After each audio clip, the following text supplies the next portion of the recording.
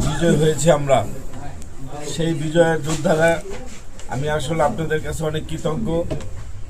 আমরা আমাদের কাঙ্ক্ষিত জায়গায় পৌঁছাতে পেরেছি।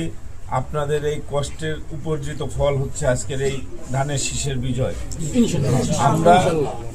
আমরা আপনাদের কাছে আমার একটু অনুরোধ থাকবে, যে কোনো হার জিতের নির্বাচন হোক। দিয়াজ ভাই কই?